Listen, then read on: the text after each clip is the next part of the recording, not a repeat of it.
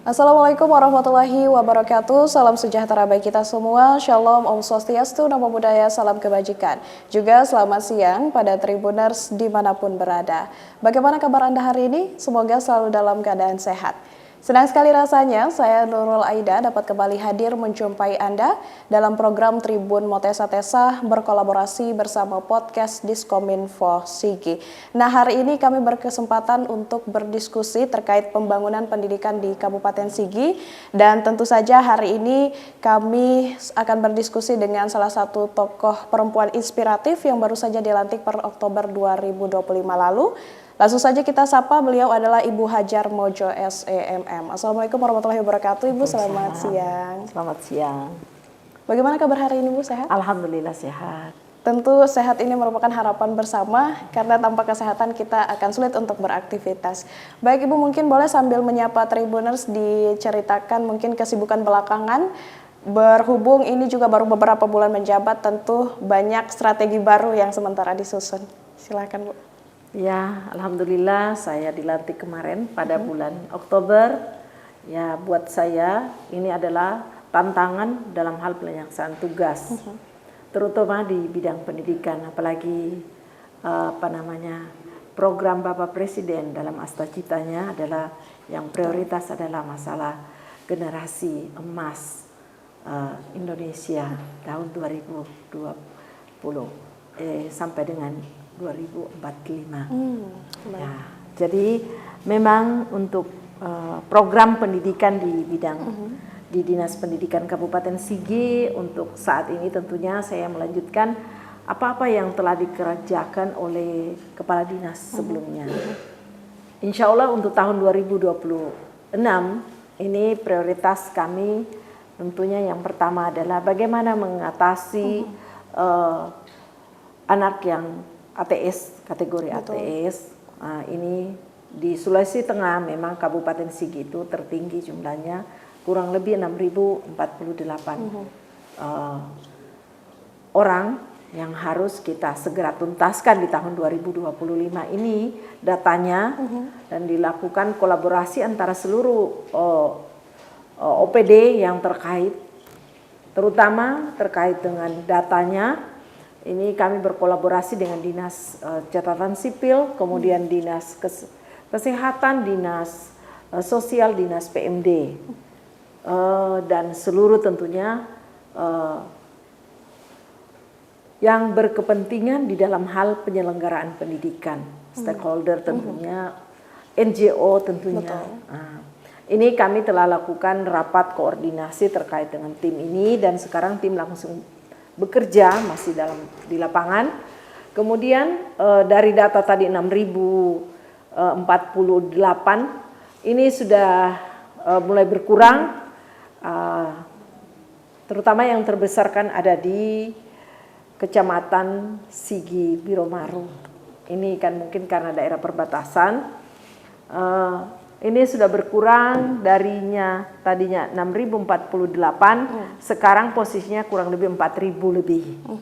Nah, ini laporan yang khusus yang ada di wilayah Biromaru dengan Marawola. Nah, sedangkan daerah yang di Kulawi, kemudian Palolo ini belum seluruhnya menyampaikan datanya. Insya Allah dalam nantinya sampai akhir tahun anggaran ini akan ada laporan terkait dengan ATS. Memang ATS ini kemarin yang sesuai yang sudah dilakukan verifikasi, validasi oleh tim, termasuk RT, kepala desa, RW-nya, dominan dipengaruhi oleh tuntutan ekonomi atau permasalahan perekonomian. Di samping itu ada juga yang dipengaruhi misalnya ini secara psikologis, misalnya anak-anak yang ada broken home, kemudian anak-anak yang bekerja baik sebagai buruh tani, kemudian ada yang masih melanjutkan sekolah tapi itu ke daerah lain atau keluar Sulawesi Tengah ataupun ke dalam Sulawesi Tengah atau ke Kota Palu. Itu banyak yang melanjutkan pendidikannya, tapi tercatat dalam data belum melakukan tidak melanjutkan sekolah, padahal sesungguhnya melanjutkan sekolah. Nah, ini yang memang perlu validasi data, verifikasi data, dan keterlibatan seluruh pihak ini sangat diperlukan. Sehingga nanti insya Allah data yang nanti sudah terverifikasi dan tervalidasi akan kita petakan. Apakah kita masukkan, dia masuk nanti di kalau misalnya ada yang sudah menikah, karena ada juga kasusnya yang sudah menikah, pernikahan dini. Nah, ini kan tetap harus kita lanjutkan pendidikannya, baik melalui nanti PKBM, melalui paket A, ada yang paket C, paket B. Nah, itu karena juga ATS ini kategorinya kan ada anak yang memang benar-benar belum pernah sekolah, kemudian ada anak-anak yang memang putus sekolah, kemudian ada anak-anak yang keterbatasan perekonomiannya dia sementara berhenti. Jadi seperti itu. Artinya memang tantangan dari segi pendidikan bukan hanya dari soal pembangunan sekolah dan infrastruktur sebagainya, tapi dari bagaimana memastikan kualitas ini betul-betul tersebar di daerah-daerah pelosok. Baik Ibu, Sigi sering disebut-sebut sedang menyiapkan program digitalisasi pendidikan. Meneruskan semangat Indonesia mengajar. Tentu ini menjadi tagline yang sangat luar biasa untuk Kabupaten Sigi khususnya. Namun kita tahu Sigi punya banyak area yang bisa dikategorikan blank spot. Nah, bagaimana strategi Ibu agar digitalisasi ini tidak hanya dinikmati oleh anak-anak dari pusat kota saja, tapi di daerah-daerah terpencil juga bisa merasakannya? Ya, alhamdulillah ini juga menjadi hal yang menjadi perhatian, terutama dari kementerian pun ini menjadi hal yang sangat prioritas, terutama pun Pak Presiden. Karena sebelum kemarin awal Maret 2025 kementerian telah mengidentifikasi satuan pendidikan yang termasuk di daerah-daerah yang black spot. Nah, program digitalisasi dan revitalisasi yang sekarang yang sinkron dengan daerah, kemudian provinsi dengan Astacita. Tentunya ini kita alhamdulillah dari 69 sekolah SMP, tingkat SMP sudah seluruhnya mendapatkan namanya interaktif panel digital. Kemudian 269 sekolah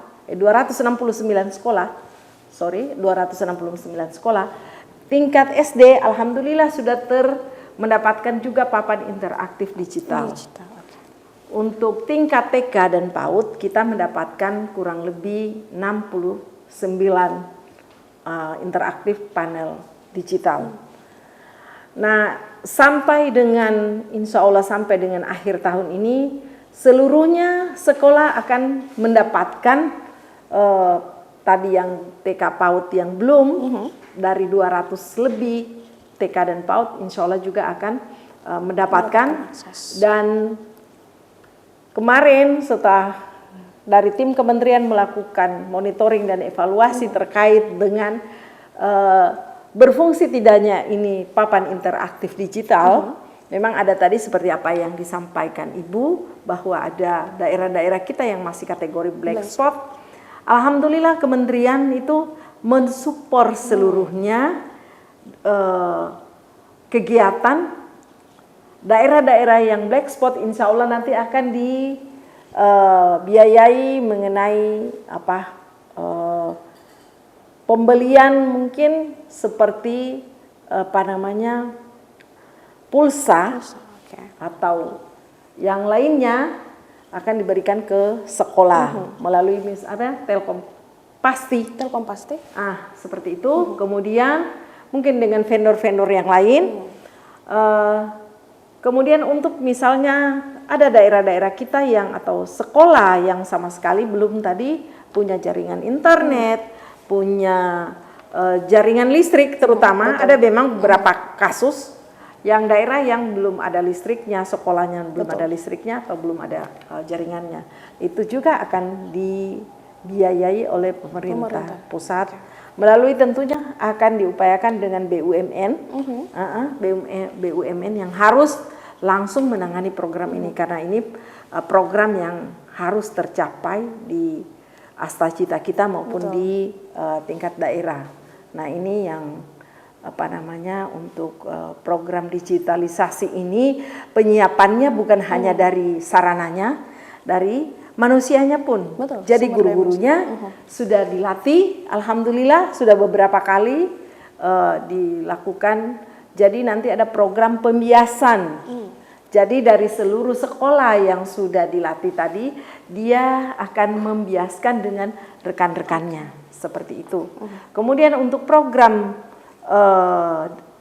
revitalisasi sarana prasarana pendidikan, satuan pendidikan, alhamdulillah juga SIGI juga mendapatkan di 2026 pagunya. Kalau yang di 2025 ini hanya 3, tapi di 2026 insya Allah ini untuk sekolah ada sekolah SMP kurang lebih 15, kemudian SD itu kurang lebih 42 dan sekarang lagi dalam taraf verifikasi oleh tim pusat. Kalau tiga kabupaten kami telah lakukan verifikasinya, kemudian untuk tingkat TK dan PAUD itu kurang lebih 20 unit sekolah yang masuk dalam program perencanaan 2026. Kemudian PKBM ada 4. Ini hal terkait dengan program digitalisasi dan revitalisasi. Kemudian program unggulan lainnya tentunya adalah pemberian seragam gratis. Pemberian seragam gratis kepada siswa baru baik tingkat SD, SMP dan TK PAUD. Nah, ini yang ini adalah kategori data yang masuk di dalam desil 1 yang prioritas, tapi dengan pokoknya yang miskin ekstrim. Tapi alhamdulillah setelah kemarin 2026 kita sudah laksanakan untuk yang tingkat SMP dan SD itu masuk di kategori desil 1 sampai desil 5 yang sudah dijangkau. Itu untuk program seragam gratis. Jadi berupa paket, diisi di dalamnya adalah seragam, sepatu, buku, dan perlengkapan lainnya. Alat tulis. Ya. Berbicara terkait prioritas Ibu, ini kami sempat mencatat bahwa memang Bupati Sigi, Pak Rizal ini menegaskan komitmen anggaran 20% untuk pendidikan khususnya. Nah, ini merupakan angka yang cukup besar bagi sektor daerah khususnya di Kabupaten Sigi. Nah, lantas terkait hal tersebut bagaimana Ibu bisa memastikan selaku Kadis Pendidikan dan Kebudayaan serapan anggaran ini benar-benar bisa dirasakan oleh daerah-daerah pelosok, Ibu? 20% dari apa yang dialokasikan dalam APD benar, tapi itu adalah semua termasuk mulai dari gaji dan tunjangan. Jadi tolong juga ini menjadi pemahaman yang ini bahwa 20% itu bukan hanya dari sisi pembiayaan untuk sarana prasarananya, tapi ini seluruh komponen termasuk di dalam ada gaji. Gaji dengan jumlah pegawai dinas pendidikan kurang lebih guru itu sekitar 4.500 orang sampai saat ini. Itu yang ini. Baik. Memang sudah dari sisi anggaran yang 20% memang ya, tapi itu adalah 83% adalah gaji dan tunjangan. Baik. Itu. Artinya ada sektor-sektor yang terkait juga untuk dilakukan pembiayaan di sana. Baik, Ibu Kadis, selain pendidikan, kami juga melihat instansi yang Ibu bawahi ini adalah kebudayaan. Nah, bagaimana kalau dari segi kebudayaan, apa program unggulan yang dicanangkan, Ibu? Yang kami ini adalah mengenai bagaimana budaya lokal menjadi satu muatan dalam pembelajaran siswa-siswi kita. Salah satunya bagaimana mengangkat budaya bahasa ibu menjadi satu program ataupun budaya yang ada di sini yang harus dimasukkan dalam satu kurikulum kita. Tadi adalah muatan lokal. Kemudian yang kedua adalah bagaimana situs-situs kita yang ada di Kabupaten Sigi terkait dengan Kabupaten Poso, karena kita berbatasan. Ini mulai tahun 2025 insya Allah ke depannya, kemarin baru tahapan untuk melihat semua cagar budaya yang ada untuk masuk di dalam program UNESCO untuk yang situs-situs yang ada, karena beberapa situs terutama di wilayah Lindu. Ada beberapa juga di dataran, terutama di daerah kalau tidak salah di Dolo. Tapi tepatnya kemarin kalau tidak salah Dolo Selatan itu yang masuk di dalam program kami untuk di 2026. Berarti fokusnya bukan hanya dari pendidikan tapi kebudayaan juga turut menjadi program prioritas di sana. Baik, terakhir Ibu, mungkin sebelum kita menutup diskusi hari ini, apa harapan terbesar untuk wajah pendidikan di Kabupaten Sigi, khususnya pesan yang ingin disampaikan kepada seluruh masyarakat di Sigi dan juga stakeholder yang akan mendampingi di tahun mendatang? Silahkan. Saya berharap seluruh para pemangku kepentingan atau stakeholder terkait dengan penyelenggaraan pendidikan berpartisipasi demi tercapainya Sigi yang lebih baik lagi.